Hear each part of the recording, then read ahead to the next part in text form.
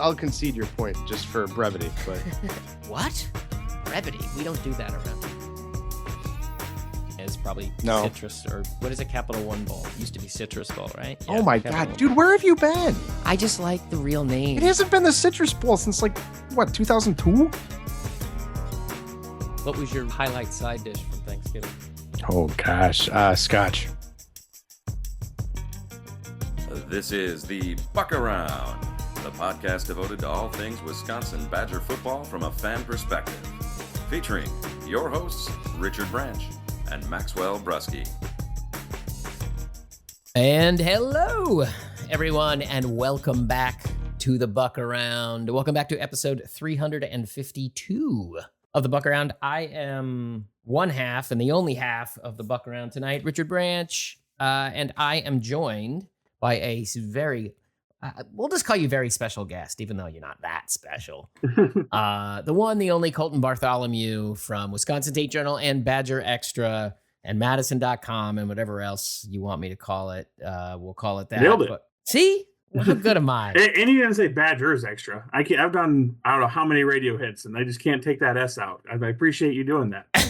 Well, I'm a professional. So, hey, Colten, how are you? Thank you for coming. I'm good. Thank you, Rich. And yeah, let's just get into this. So you have some free time on your hands. You know what? I'm just going to walk right through positions. That's how I want to do this. Okay. All right. I am not known. I don't know if you're aware of this, but my nickname is the Prince of Darkness when it comes to Badger football, because I tend to, let's just say, be a little more cautious about things when it comes to being optimistic about this team. However, and full disclosure, Max and I did our little depth chart show ourselves this morning that actually I haven't even put out before we're recording this, but that's neither here nor there. And I have to admit, I feel like, and we were in agreement, that this might be one of the better top to bottom, that would be the key word, quarterback rooms the Badgers have had in a while. Like, that's just my vibe. I watched Danny O'Neal. I watched his tape from last year. That's your two. I look at Billy Edwards. I don't think he's a superstar by any stretch, but he seems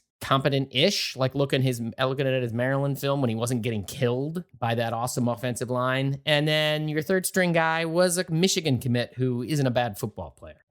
Talk me out of my cautious optimism. No, I think in particular because Danny O'Neal looks like the best backup they've had in a long time, like even before I was really here. I mean, you could go back to my first year, I was 19. So, Cone to Mertz or whoever you want to say was the backup. It was, Mertz or whoever. Once they made Mertz a redshirt, then he really wasn't. But either way, I would say there's a smaller drop off from 1 to 2 this year than there has been before. So I think that goes to the idea that the deeper room. I think the ceiling for a Billy Edwards would be like the best we saw from Tanner Mordecai. I think he brings a little bit more mobility, maybe, or at least maybe a little more willingness to run. We saw Mordecai realize like this is the only way we're going to be an efficient offense is if I move around. So I think Edwards has that coming in a little bit kind of in his brain already. The one thing I think there's more of a wild card aspect of Carter Smith's not going to play this year unless, all hell breaks loose. I don't entirely know what's going to happen with the Milosh and Hunter Simmons, 4 and 5. I don't know why you need 4 or 5 quarterbacks, especially if roster limits happen. Sounds like that's probably not going to happen now, for at least for this fall, but we'll see. Either way, I think overall the position is in a solid place for this year, but your entire future in my mind kind of rides on either O'Neal or either O'Neal making some massive leap in this system or Carter Smith living up to the recruiting hype, which we know is not a guarantee at this spot at this school. Well, all right, let me respond with one more question on it. Is that any worse a spot than they've been in the last for sure. 5 years? And I think unless you recruit and probably start right away, one of the elite quarterbacks coming out of high school, that's how every school is at quarterback. Like you're going to have your solution for that year, and then you're kind of rolling the dice going forward. Like there's maybe 1, 2, 3 top schools in the country that have like the lineage lineup that in the ability to convince those kids to stay if they're not playing for 2-3 years. So yeah, I think that's kind of just the movement of the sport, not representation of what Wisconsin's doing right or wrong. Yeah, I would think in the 105/portal era, your reality is starter, younger-ish backup, and then the freshman that's going to battle the backup for the job, and one of them is portaling. I mean, that's sort of like my thought for perpetuity. And everybody behind that is kind of the guy you're just kind of rolling the dice on, and maybe is just kind of happy to be on a Division I team. Like that's. Are you suggesting that's Hunter Simmons' future? Because I'm fascinated. I mean, coming in with 1 year left in your college career and really not a true chance to play. Like, yeah, I think that's a fair characterization of how this looks. Yeah, I mean, you could run a scout team or something. I mean, yeah, exactly. Much better scout team look than, because I don't think they want Carter Smith having to run all the scout team, A, and then B, I think he gives you a better, more experienced look than maybe a Milos could. All right. So, running back. How good is Dylan Jones? And is he truly, do you think at this point, like, he's separated as the A guy? I think so, because even when Cade Giacomelli was healthy throughout the spring, or at points in the spring, there were times that he missed some practices, but even when he was healthy, it was a heavy dose of Dylan Jones and then kind of a sprinkling of Cade Giacomelli. And I think just in terms of what Dylan Jones is good at and what this offense wants the running back to be good at, which is basically follow your path. And then once you decide, just sell out for whatever hole you think you're going for. Dylan Jones does that incredibly well. And I'm really excited to see when they get to some more live stuff in the fall, because I think we got to that last 2 weeks of spring and there was going to be some more live action between, the open practice and then another scrimmage they had. But then when you start losing some guys or you start getting thinner because of injuries, I mean, the offensive line got to the point they had 2 lines they could play. And then I think that really kind of made the coaches pull back the reins on how much live they wanted to do. But I'm excited to see what Jones does when we get to that point, when you get to the game level, because I think some of those runs that stopped those 2 and 3 yard gains in practice are going to be 5 and 6 because he's pushing the pile and he's falling forward and doing things that I think haven't been as consistent here in the last few years, that I think it's going to make them a little bit more efficient and stay on the field a little bit longer. I think that's the biggest thing. This running back room has to be the engine of this offense. The passing game is going to be kind of what they used to be, where where some big plays come from because everybody's so worried about the run. But that run's got to be turning 4 and 5 yard gains out like crazy, and I think Jones is going to be able to do that. And where do you think is Dupree then sort of sprinkle in / sort of slot, sort of jet sweepy guy? I think that there's a possibility there. It was tough because I think he was starting to come on in the spring, then he gets hurt. And then, because I think this offense is a lot less willing to let you be creative in the backfield. And that was something that Dupree we saw last year was pretty good at. It's like, stopping, starting really fast. I mean, his agility and his acceleration is arguably up there with the best on the team. But I think he's what was starting to kind of show the ability to say, okay, here's where I'm going. And then I'm making that one cut and going, as opposed to trying to dance around. And then he gets hurt and then doesn't get to play again. And you have to see if that progress kind of sticks when you get to the fall. If we had to see a game, let's say at the end of this month, I think it's pretty clearly Dylan Jones with the lion's share of the work, and then it's Dupree, Giacomelli, however you want to split it up. But maybe the fall we see something different or a different usage of a Dupree, because he's too good of a playmaker with the ball in his hands to not get chances. I just don't know if it's just going to be the straight handoffs as a running back that we saw last season. I gotcha. How excited should people be that Jaden Ballard seems to be like the number 2 outside guy? Like, if you're going to have 2 outside guys, it feels like right now, if they're marching the team out, it's Anthony on one side and Ballard on the other. I don't know if you'd agree with that or not. And should people think he's good? Yeah, basically. Ballard is definitely good. And you watch it and it's like, how did this guy not get reps at his old school? And it's like, well, his old school was Ohio State. And he was behind, and this is not a joke, he was behind 6 first-round picks at wide receiver. I'm counting Jeremiah Smith, which maybe not entirely fair, but something catastrophic would have to happen for him not to be a first round pick in a couple of years. But I think the ability that he brings to add the dual speed element of him and Anthony on each side is really attractive for this offense, because it'd be really tough if you're a defensive coordinator not to keep a too high look, and then that's going to just make it a lot easier to run. But Chris Brooks is not far behind Ballard, if he's behind him at all right now. Really? I honestly think he probably had the most impressive spring out of a guy I just didn't have a whole lot of expectation for at this point in his career, just because he's been hurt, didn't have a ton of production, and you go into the spring, he's like, yep, he's he's there, he's available, but the overall playmaking, the willingness to go over the middle, the stuff that I think maybe he didn't have as many chances to do in the previous offense that we saw now. I think that's going to give him a real shot when we get to the fall, that to be that other number, or be that number 2, quote unquote, outside receiver, that, maybe it's Ballard and him in some combination.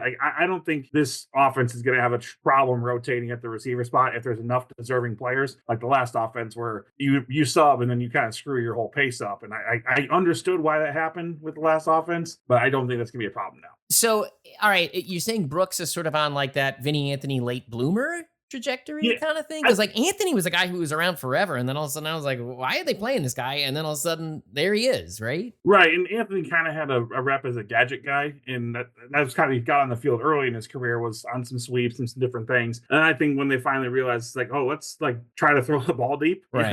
Let's maybe use the fact that he's one of the fastest guys on the team, if not the fastest, really kind of unlocked him. So I think Brooks is right around that territory. And like I said, some of the stuff over the middle, which they are really going to need now, because, I think that was some of the things that they were expecting out of the tight end spot. And now that's a question mark in my mind. And I know I see your eyes there. We'll get to the tight end spot. But I think the fact that they've got a receiver like Brooks and then Ballard, we saw a couple of times, but Brooks is a lot more consistent coming over the middle and making some really tough catches that, in a game would require a pretty big hit to go through the contact. And I think he's got that ability. So I think there's a real competition there. And then I think what you do with Vinny Anthony is make him take the top off the defense guy, but then also take advantage of the fact that you got multiple of those guys on the field. Gotcha. So where does Eugene Hilton slot in, or is he playing just because they're need bodies? So I think the amount of reps he got toward the end of spring was a result of the injuries, but what he did with those chances, it's going to be really hard to go to the training camp and not give him some looks. Tretch Kahuna is going to get the most opportunities, I think, in the slot, but the way that Hilton played, the way that Tyrell Henry played,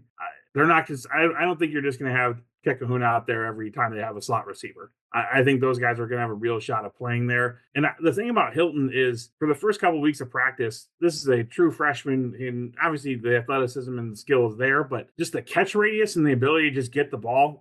This was when I thought Danny O'Neal was like, whoa, I don't know if this guy's a Big Ten quarterback those first 2 weeks. Sounds like he was coming off an injury, so that played a bigger role than maybe just not clicking with the offense or whatever. But the catches that he made on some really bad balls from O'Neal stood out to me. It's like, all right, Hilton's got something that not a lot of guys on this team have, and it's going to be hard to keep him off the field. All right, fair.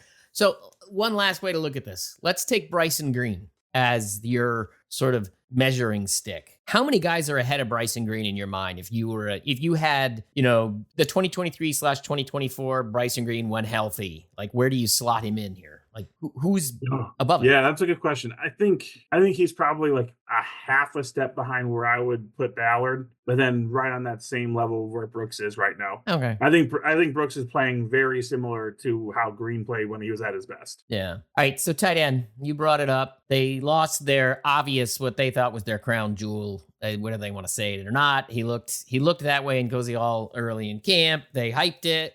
They're putting it out there. That was the whole deal. You are now back to, well, I guess Tucker Ashcraft, a guy from Missouri State that you didn't get to see, obviously, and Lance Mason, who's smaller, like 240, and then Jackson Aker as a fullback that they don't want to call a fullback. So what do you make of the position? It's going to be interesting because they're going to play 12 a lot, assuming they have the bodies. And I think Aker gives them a lot of flexibility where you are playing quote unquote 12, but you can move it around. Yes, he's maybe in the fullback spot or, kind of a slot tight end, or a lot of motion blocking, which I think is going to be a big part of this offense. Just that those kind of cut or the wham blocks, or however else you want to, the split flow blocks. I think overall this offense is going to create more chances to throw to the tight end. Do you get more production because of the overall volume increase, or does the guy like Tucker Ashcraft make a big jump as a playmaker? I'm not quite sure yet. I need to see a little bit more. He had his best set of practices here this spring since the time he's been here, while also battling a high ankle sprain. So I got to give him credit there. Like, he would come off almost every time he made a play, and you could tell like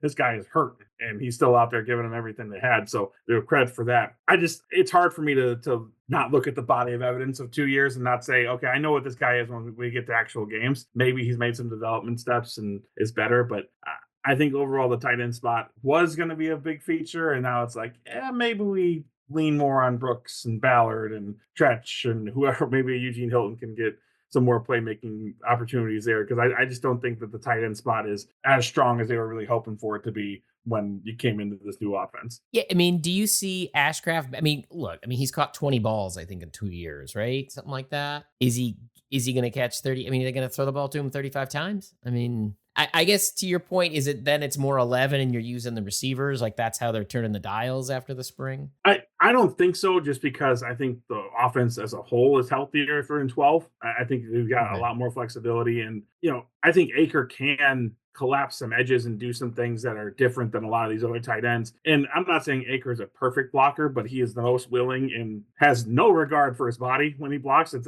kind of commendable because he just throws his shoulders in there and tries to make stuff happen. And I do think that that's how they want to play. Right. But if you just look at the tight ends as a whole, unless Lance Mason comes from, like you said, Missouri State, and is much better than he was productive at Missouri State. It's just how quickly does he pick all this stuff up? They talked about all these guys having a big learning curve when they finally got to the practice field after months in the training room or months in the video room and in walkthroughs and everything. Can he make that same type of learning curve up in just the summer and getting to the training camp? We'll see. I think this is one of those, I had some high expectations for that tight end room, and now it's like, all right, let's temper them back, and they're going to play 12 because it's the best thing for the offense, but I don't think it means that the tight end's going to become some big featured player. All right. Fair enough. Okay. How bad is it that they lost Kevin Haywood? Not great. Yeah, well, I know that, Bob. Yeah, that spot is just not deep for the entire team. I mean, the tackle spot is not deep, and that was a guy that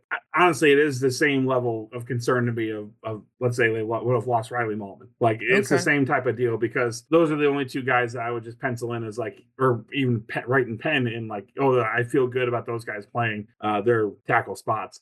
Barrett Nelson would have been a great chance for him this spring to get a lot of those reps and see what he was. And then he was hurt even before spring started, so never got to see him play at all, and very questionable it sounds like for him to be out there this fall. So I think they brought in the Davis Heinsohn from Central Michigan. I know that in his interviews he said the coaches have told him he's going to be competing for left tackle. I wouldn't do that. I would much rather have Joe Brunner jump out and be short at left tackle, but a guy I know can block in the Big Ten, and then have a big competition at both guard spots and figure out who wins in the fall, than putting out a guy that at Central Michigan got moved inside. Right. That isn't a small thing, in my opinion. I mean, their hope is Nelson. Wouldn't that be your assumption? Is they hope that somehow Barrett Nelson can get his way back, and then Brunner slots back in, and then the competition goes back to right guard, blah, blah, blah, blah. You just think it's totally unrealistic the way they're talking? I think it's unrealistic for a Barrett Nelson to come back and then be healthy enough and strong enough in his lower body to start a left tackle for you. Play and be a swing tackle option, I think is realistic if you were to be able to get healthy. But to slot him as a starter, even if he's healthy, it would be a tough ask, especially never having played a real extended amount of time. But you think he's the swing? Like it's not Leighton, it's Barrett in your mind? Yeah, I think if everybody was healthy, I think that would be the way they'd want to go. And then what do you think happens at right guard? I think it's Emerson Mandel. Just I think the ceiling's the highest. And Kerry Kadenko is a solid development story, and a guy that if he's your swing guard, that's great. A guy that has played a ton of practice reps and seen everything you can see. I think that's a really good option to have if somebody gets hurt. But when you see the way that Emerson Mandel can just stonewall guys and move people in the run game, to me, it's be really hard to say this is how we want to play on offense and then keep a guy like that off the field. So I think it ends up being Mandel, but I do need to see Mandel stay on the field for 3 weeks straight. That was a tough thing for me, because it wasn't serious enough that he was out for an extended period, but didn't do a whole lot of 11-on-11 as training camp or as spring practices ended. And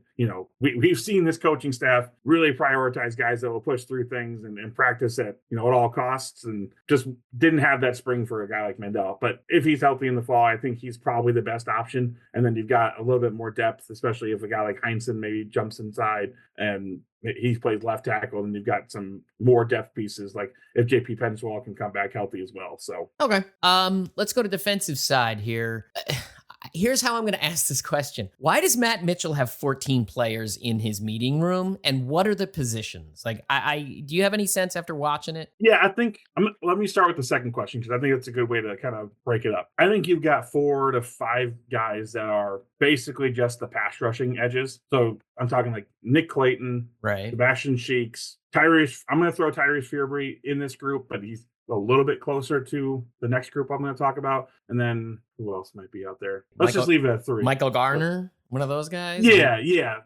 Willer? See, Willer will be kind of the next group I'm talking about, where it's like what they're calling like the bigger edges, and that's led by Corey Walker. Corey Walker was, especially early on, like the highlight of defensive front spring, in my opinion. Okay.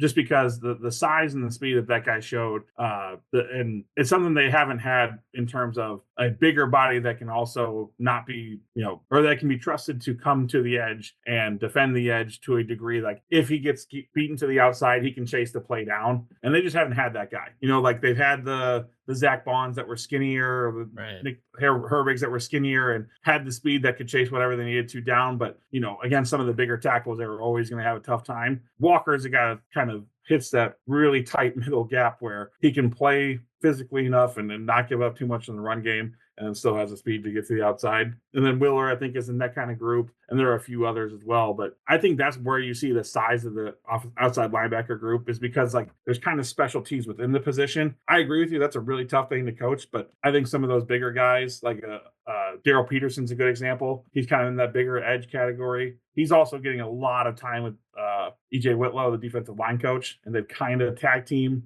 how they're running those meetings and some of that position group work. So I think that's partly how that's going to shake out. So wait, so then what are the 300-pounders? Like, what are they doing?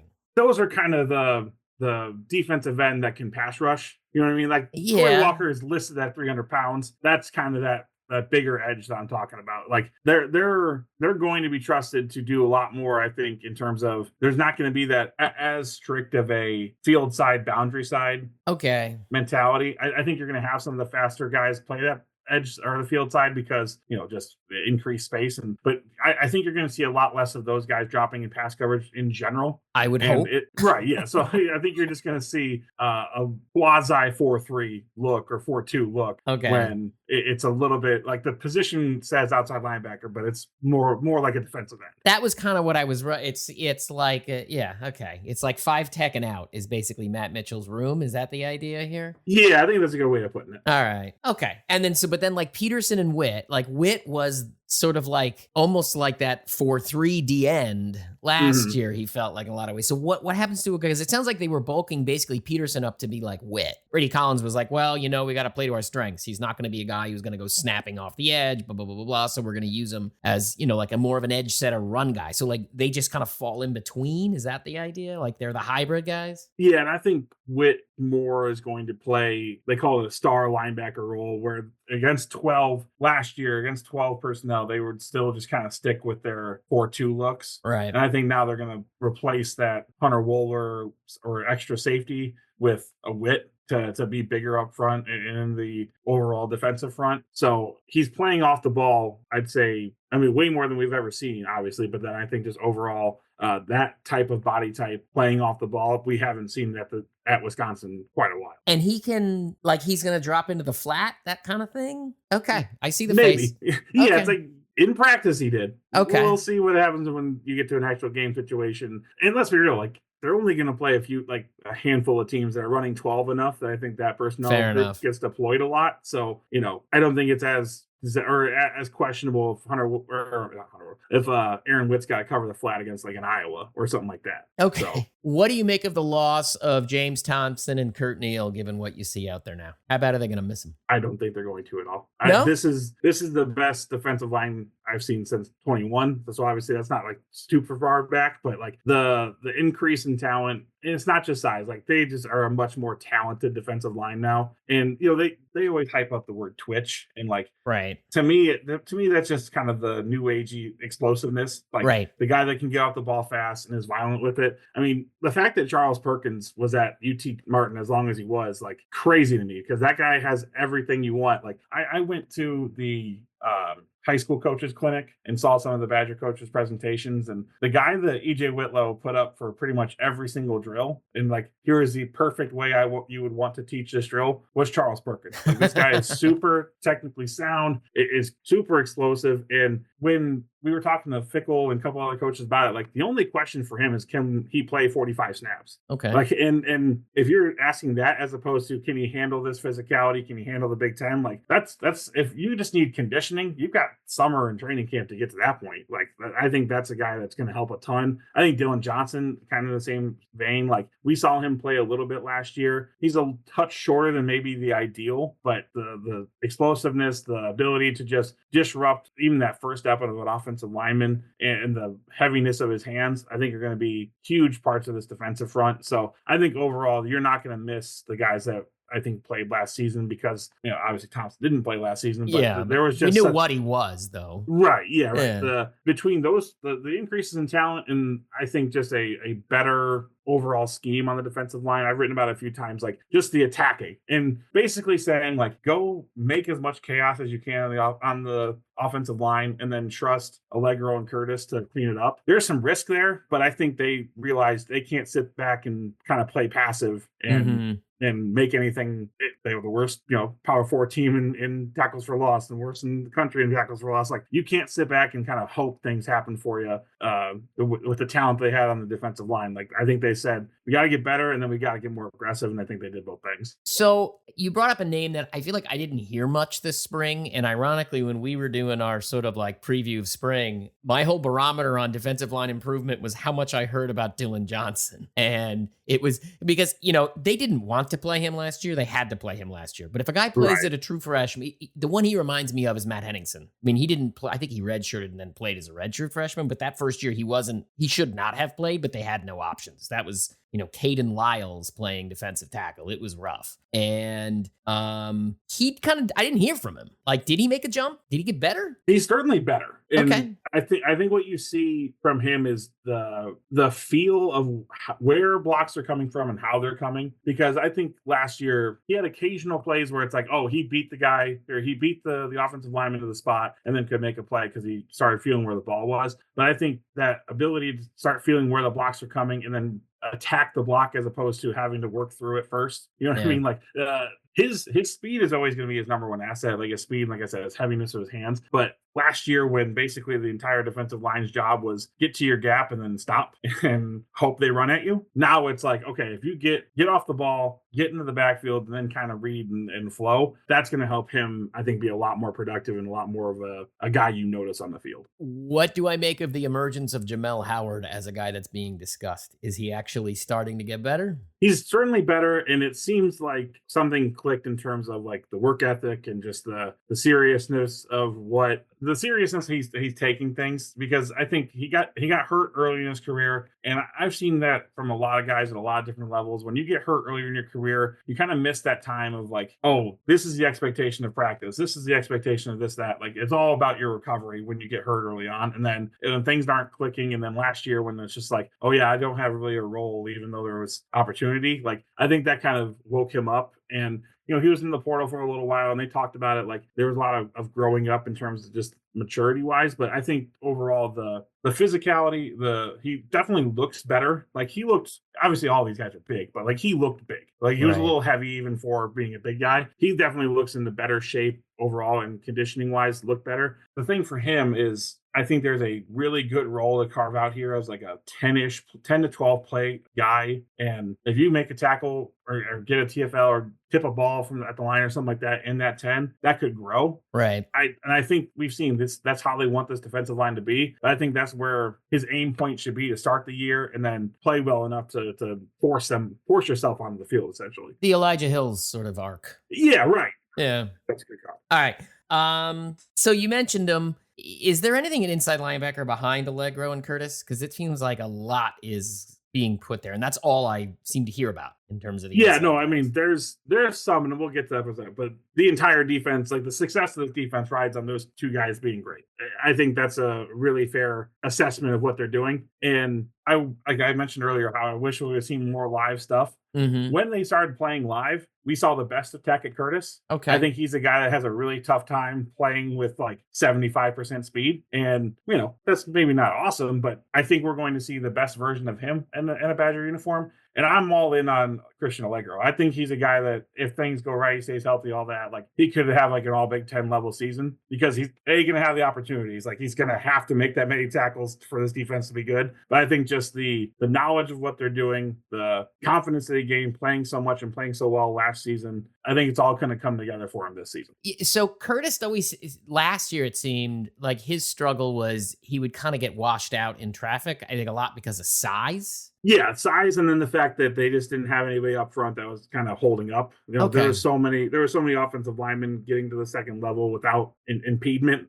Right. And one of the ways that Christian Allegro described this defense was, yes, the defensive line is going to be more aggressive and they're trying to get up the field, but the linebackers are also doing the same thing. So it's like when they see whatever hole is being created by the defensive line, they go and fill it, and then that's going to create some extra chances. So I think both those guys with their speed, Tackett's always going to have that, that disadvantage, might be too strong of a word, but because he's going to be giving up size when he's playing close to the line of scrimmage. But I think the overall structure of this defense and his speed is going to help him make some plays that they weren't getting the last few years. So we covered outside corner. How bad are they going to miss Xavier Lucas? That's more what I'm curious about than anything. We know what the other two are. Yeah. I mean, if you come into this season with all three of those guys, and let's be real, if the whole Xavier Lucas thing doesn't shake out how it is, I don't know if Wisconsin's pushing and helping fight the legal battle to keep Nazir Forkerin like they did. I think those two things are connected. Maybe not from the start they were connected, but I think the second that the Xavier Lucas thing happened, then the push for let's make sure we can keep Nazir. You don't think they would want all three of them, and they could sell that to them? Like I would think. I mean, how much does a nickel play? I mean, a nickel plays 45 snaps. Agreed, but I don't think you could have sold not being the number one at one of those spots to Xavier Lucas coming in next year. And I don't know if Nazir Forkerin would want to stick around to be number two again. We'll see. I don't know. I mean, actually, we won't see. It's not, we'll never know. But I don't think that would have worked out for one of that trio. All right. Oh, and Hallman. Yeah, because you got to do it with Hallman too. Fair enough. But all right. So, anyways, to get back to my question, how much are they going to miss him? Yeah, I mean, I've liked what we've seen from like an Emilio Agard behind Hallman and some of the transfers behind Nazir Forkerin. But yeah, none of these guys are as a quick of study and as good of an athlete overall as Xavier Lucas was. Mm-hmm. So yeah, there's going to be a drop off when those first two guys have to come off the field at some point. Right. But I also think they need to do that more. I think they've got to risk it a little bit, even with a Hallman who has proven he can play 80 snaps a game. But look what happened at the end of that 2023 season. Like he's playing with one arm and they just don't have anybody else they can trust to throw out there. And I don't think they want to get to that point for, that stretch run, which is more than likely going to be where they're trying to qualify for a bowl and things of that nature. So you're going to need those guys out there. So I think they've got to trust some of the guys in the early games to at least take some snaps off those top two. And do you think they're settled on a nickel, like an out and out nickel? Yeah, I think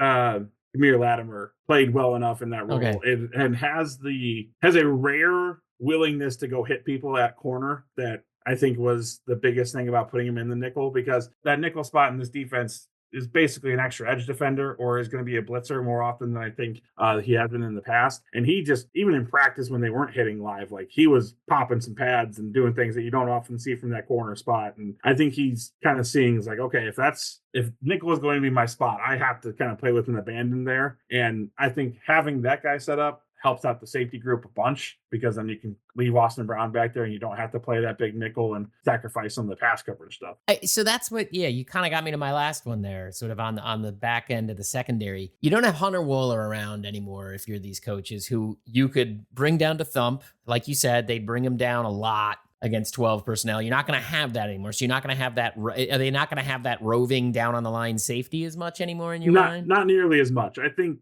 Zachman can do it every once in a while, but I don't think as nearly as much. I think that's going to be kind of that wit role. So is Zachman going to be the high safety and Brown is sort of the strong? Like, is it going to be that kind of old school style of safety play? I don't think so, honestly. I think they're going to be a little bit more choosy about when they go to that look because I think they like both guys having eyes on the quarterback and jumping stuff. Mm-hmm. You obviously can't both be doing that because then you're Right. going to be giving up a lot of deep plays over the middle. But I think overall we've seen the ball hawking ability of Zachman, especially deep down the field, like the ability to track the ball. So I Right. think push comes to shove, you're going to let Brown be that kind of more box guy or at least closer to the line of scrimmage and let Zachman kind of play a little bit deeper. But I think both guys are going to have a ton of chances. If you just want to go straight positions, like Brown is playing boundary safety, Zachman's playing field. Yeah. But that I don't think it has as much of a hard line between what those positions are now that Bowler's not here. Okay. And how do you see them rotating behind that? Like, how are they going to get those guys snaps off?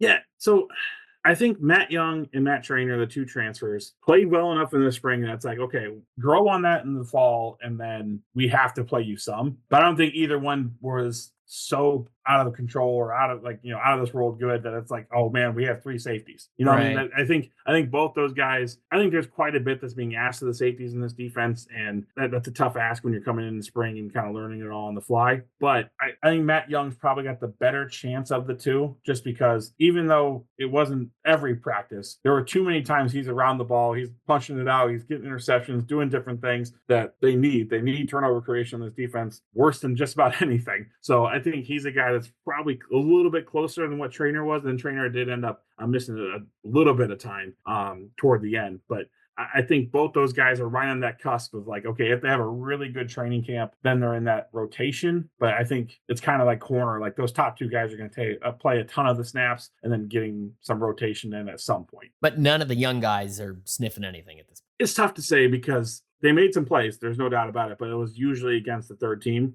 Yeah. So it's like good interception, but it's against receivers and quarterbacks that who knows. So I got you. And then just two things before I let you go, because there are two things that one of them I have been obsessed with, and you have, I think, asked Fickle about it 3 times. And in fairness, I don't think he's dodging an answer. I think he literally just doesn't have an answer. Do you have any sense that they have any plan for the 105, for the house settlement, for anything right now? Like you said, they're just sitting on it, more or less? Because they have 113 guys right now. So they definitely have a plan. They have told every guy that if 105 happens, that every guy that's going to be cut by the 105 knows he's in that group. And I think they did that before even spring practice started. It was like, hey, if you need to jump in the portal now and don't want to go through spring, your prerogative, but we're just telling you if 105 happens, like you're on the cut, you're on the chopping block. And so I think that is a plan, but I also don't think they went as far as some other schools that got rid of those guys early on. They told them go into the portal because you don't have a spot here. So I think they're in an okay position either way. We are talking about guys that aren't going to be playing a ton. They're good practice bodies, but it's a tough kind of balance because you're trying to be as fair as you can as a coaching staff. Like, hey, you don't have a ton of playing future maybe this season. So just being honest with you, if you want to look around, go do it, especially if you have to go to 105. But I think they've made it clear where that line is, and we'll see what happens. I mean, they didn't really lose that many guys here in the spring portal. There's less of a spring portal, ouster from Wisconsin than I thought there was going to be, in all honesty. So clearly those guys are okay rolling the dice with it. And then if they get to the fall and things, fall into place, the NCAA, it ends up not working out for them. But it seems like they've got at least an idea of what they're going to do. Like there's no bloody Sunday coming type of thing. People know where they stand in your mind. Yeah, exactly. Yeah. I guess that's, I don't know, interesting approach. And then, right. I mean, I think it's the best you can do given the circumstances. Yeah, I think totally. I think especially what we saw in the spring, it's smart not to, run off guys that can help you in practice. But this is whole side topic, but this is why the NCAA has just done absolutely nothing to help these schools for a while now. And granted, the NCAA is the schools, let's be real, but this is just part and parcel to stop giving all the control of what's going to happen to your sport to Congress, outside people that don't know what they're doing, and figure it out be a little more proactive, Yeah, no, totally. And then the last thing I wanted to ask you, and again, it was something he said that stuck with me, and I think you followed up with Fickle in the last practice, and maybe once like 7 or 8. He was big on we got to build depth this spring. Got to build depth. And then it was, especially on the offensive side, it just felt like everything I heard about was ones and ones and ones and ones and ones. I heard his answers, and you wrote about it, and I watched it and listened to it. But what is your take from his response to those questions? Yeah.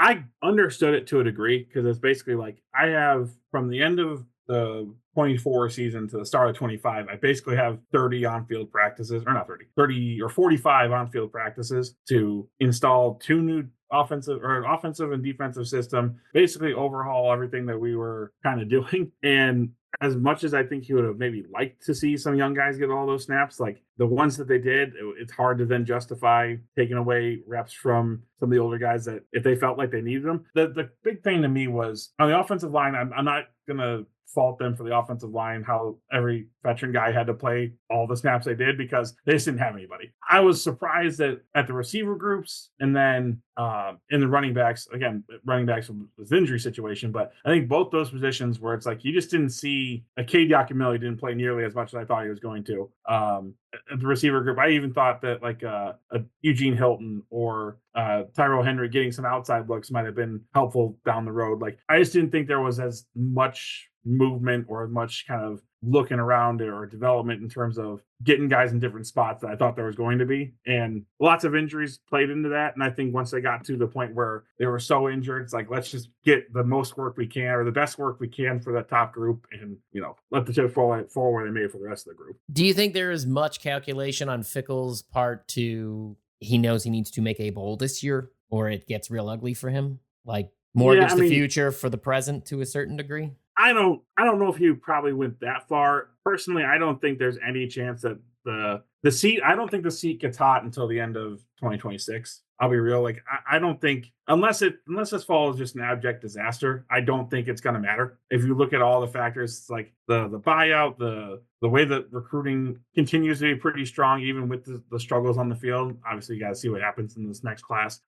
Everybody knows this 2025 schedule is absurd. Like, yeah, I would argue that it's not going to get harder than this. They're never going to schedule in Alabama in the non-conference again. No, like unless they make some wild turn on the upswing. Like this just isn't going to be what it's like anymore. And I don't think you're ever going to see a 4-game stretch like October again. Like I joked with Fickle off to the side one time. I'm like, did you like flip somebody off at the Big Ten office? Like, well, what happened here? Like, how did you get your 4 hardest games in a row? I mean, your 4 hardest conference games in a row. Like, I don't understand quite how that happened, but I just think that there's a realism of, okay, the first 2 years, I'm not saying it's a wash, but it was a mistake in terms of the calculation of how this needed to go. As long as it looks better this fall, I think he's going to get at least another season to prove that he's got the kind of point in the right direction. Oh, I'm not putting the bowl game. I'm not saying the bowl game in a 2025 is do or die. Well, I guess my question was, I don't disagree with that either. I don't think he's going anywhere in 2025. I more am of the opinion if he is not working at the end of 2025,